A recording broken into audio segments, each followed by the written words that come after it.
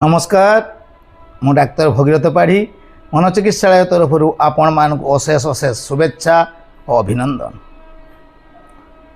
आग भिडियो रे आमे ब्रेस्ट कैंसर बा स्तन कर्कटर लक्षण बाबद आलोचना करूँ।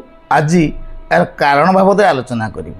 आम समाज रे आतंक सृष्टि करिथिबा अकाल जीवन नहीं जाउथबा एही ब्रेस्ट कैंसर जहाँ आज समाज रे एक कोकुआ भय सृष्टि करिछि तार प्रकृत कारण कौन कहीं आम ब्रेस्ट कैंसर शिकार हो। प्रथम कारण को आम दुई भाग विभक्त करिछु। प्रथम शारीरिक कारण, द्वितीय मानसिक कारण।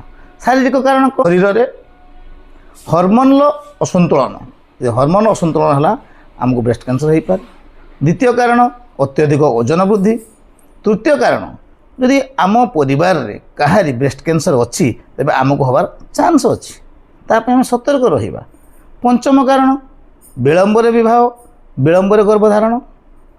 षष्ठ कारण शिशु को ठीक समय स्तन्यपान न कराइबा। सप्तम कारण राति अनिद्रा। अष्टम कारण मद्यपान, धूमपान, अनियमित जीवनचर्या।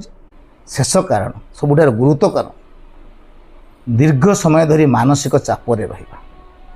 ए सबू कारण आमको स्तन कर्कट करिबारे साहाय्य करे।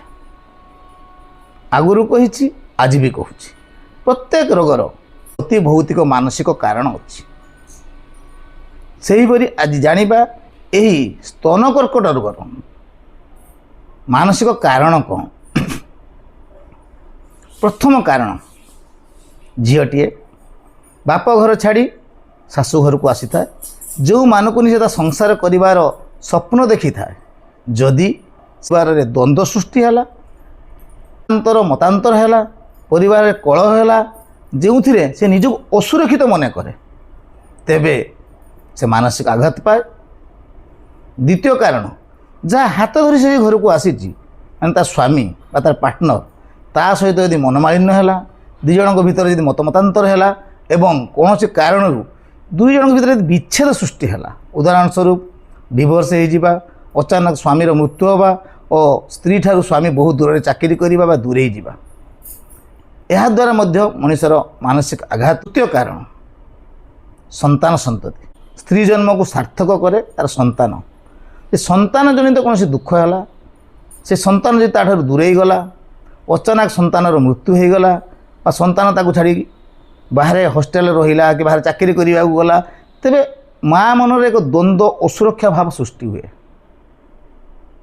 शेष कारण जो माँ पाखु से छुआ जन्म होती माने से स्त्री लोकटी जो माँ पाखु जन्म होती, जदि ता माँ प्रति तार कर्तव्यर अवहेला, ता मन में गिल्टी फिलिंग आइला, मो माँ प्रति ठीक कर्तव्य करि पारु नाही, मो द्वारा मो माँ पाई जहाँ जहाँ करवा कथा ता हेई पारु नाही, तेबे एई भला जदि द्वंद्व ता मन सृष्टि है, तेबे सेही द्वंद्व मानसिक स्तर रे ताको अस्थिर कराए, मानसिक चाप सृष्टि करे, जहाँ आम शरीर हॉर्मोन को असंतुलन कराए एवं ताहा ब्रेस्ट कैंसर रूप नहीं प्रकाश पाए। आसंतु आमर प्रियजन, सांगसाथी, बंधुबांधव, सहकर्मी काहारी पाखरे यदि एभली कारण थाए, तेबे तांको समय देबा, तांको कथा शुणिबा एवं तांकर मनर दुख बुझा समाधान दिगरे आगे देवा। मनोचिकित्सालय सब आपण सहित अच्छी।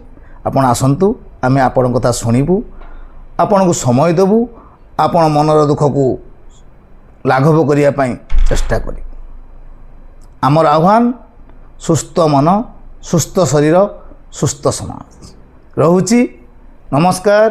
डाक्तर भगीरथ पाढ़ी, मनोचिकित्सालय, भुवनेश्वर।